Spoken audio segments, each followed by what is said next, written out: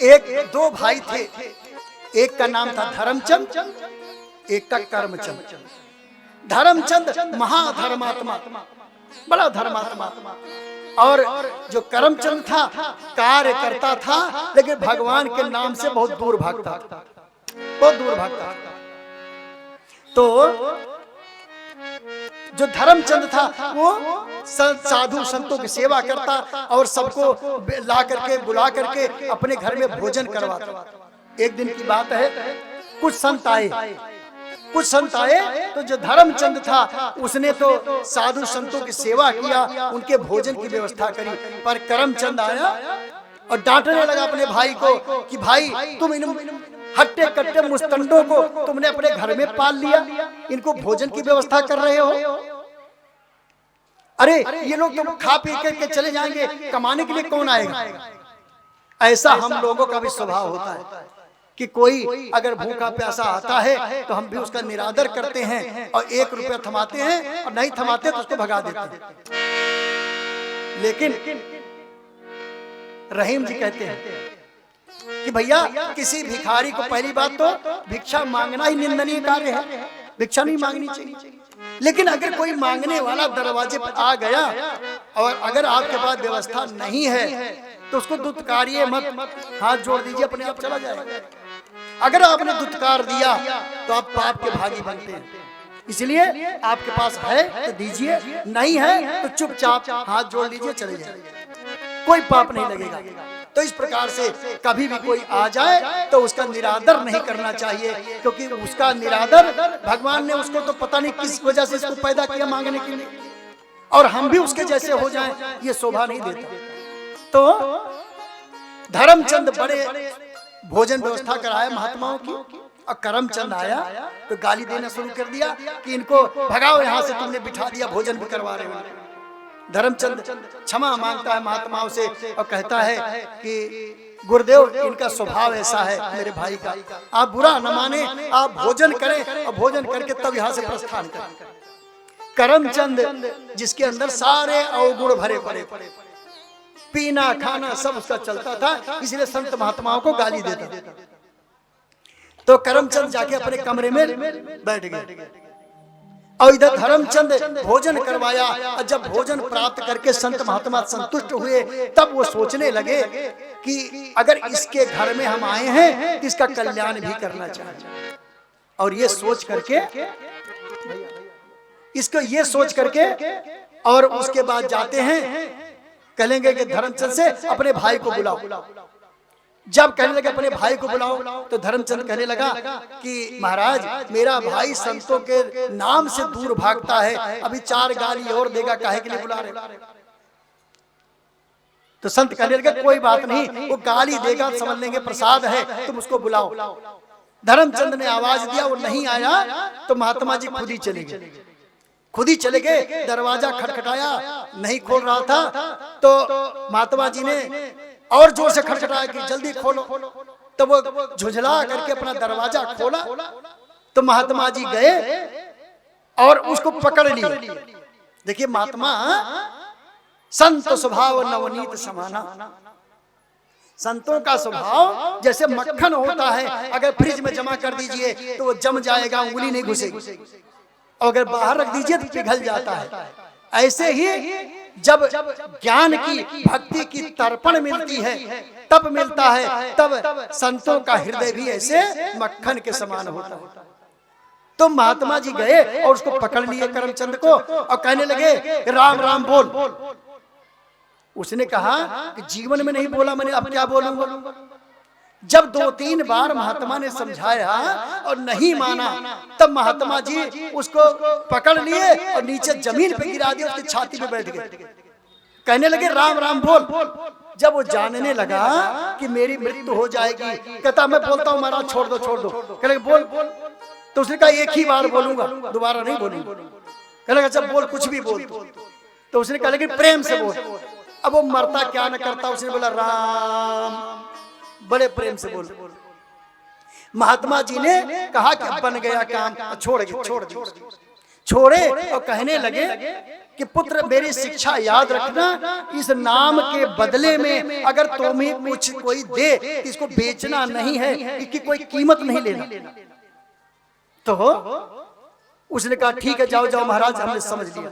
महात्मा जी तो अपने रास्ते चले गए। एक दिन की बात है, ये प्रभाव उसके मन में पड़ा कि मैंने अपने मुख से राम बोला, बार बार चिंतन करता रहा।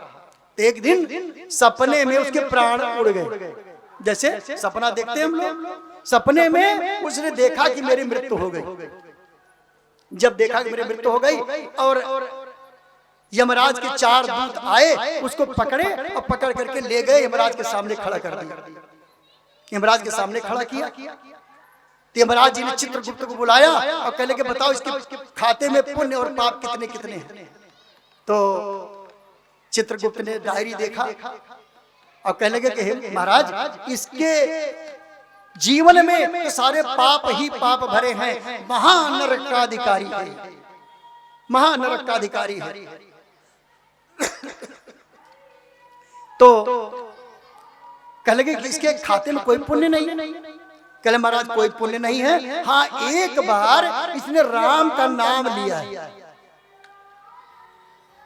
तो अब चित्रगुप्त और यमराज बात कर रहे हैं, तो मनुष्य भी बड़ा चालाक होता है। कभी किसी दिन कथा सुनाऊंगा कथा में कि मनुष्य कितना चालाक होता है, वो भगवान को भी धोखा देता है।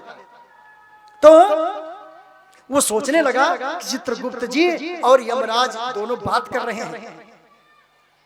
क्या बात कर रहे हैं? वो सुनता है, कह रहे हैं कि इसने एक बार राम बोला है, तो इससे पूछ लो क्या चाहिए इसको। अब उसको संत की बात याद आ गई कि अगर कोई कीमत देना चाहेगा तो मत लेना।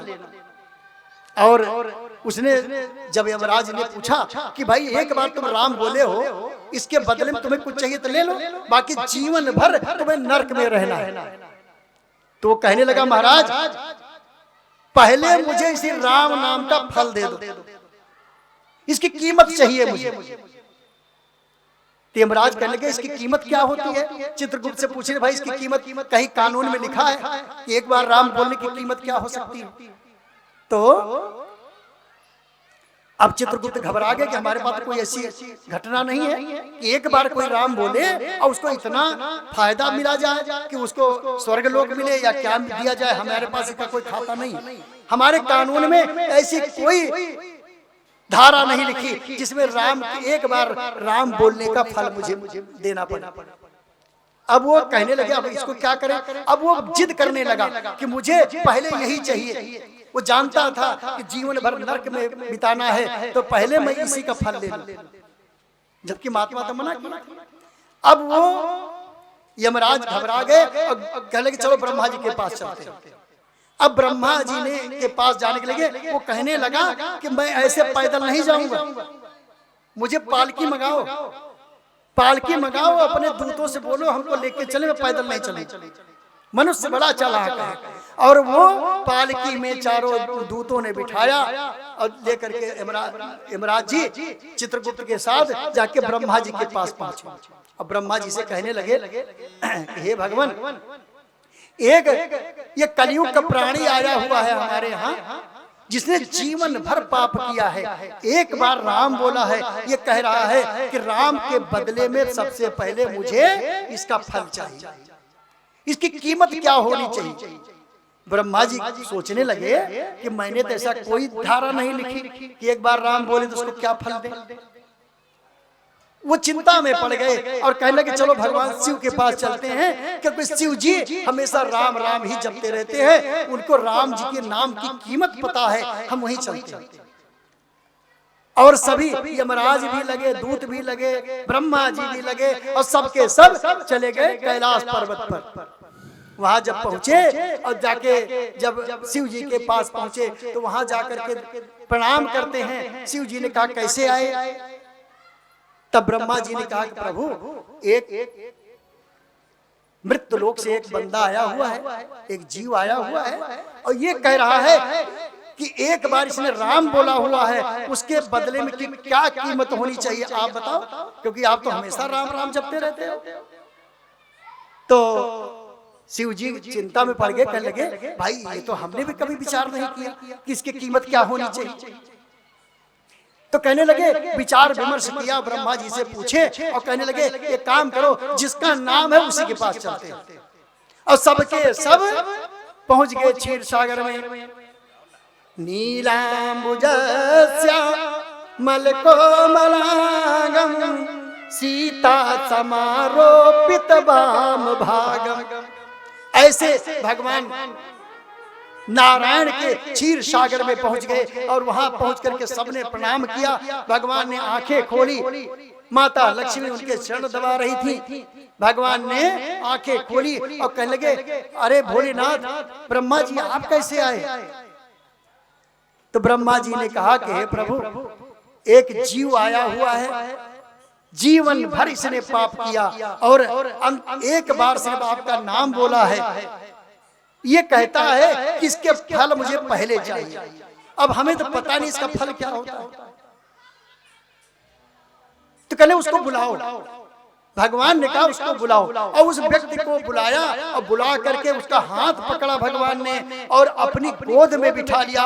एक बार प्रेम से आनंद कंद भगवान की जय हो। अब जब गोद में भगवान ने बिठाया तो ब्रह्मा जी कहने लगे हे प्रभु, ये क्या देख रहा हूँ, जीवन भर इसने पाप किया है और उसके बाद आज आप इसको अपनी गोद में बिठा रहे हो। तो भगवान क्या कहते हैं कि सन्मुख होई जीव मोहि जबहि, सन्मुख होई जीव मोहि जबहि, जन्म कोटि अघ नासहि तबहि, जन्म कोटि अघ नासहि तबहि,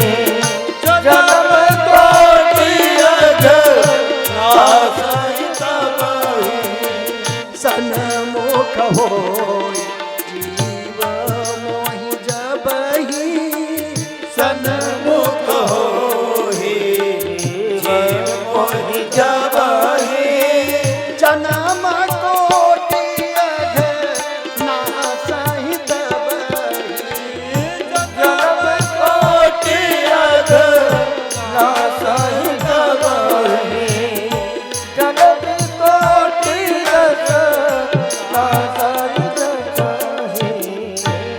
भगवान कहने लगे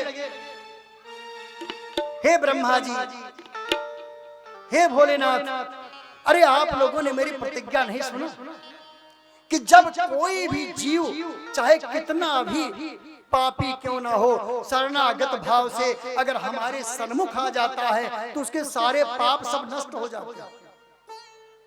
और जब पाप नष्ट हो गए तो वो तो परम दिव्य आत्मा बन गया, इसीलिए मैंने इसको अपनी गोद में बिठाया।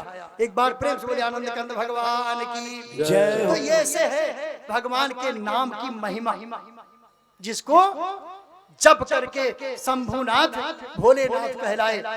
गणेश जी ने इसी नाम की परिक्रमा किया और अपने माता पिता को परिक्रमा किया।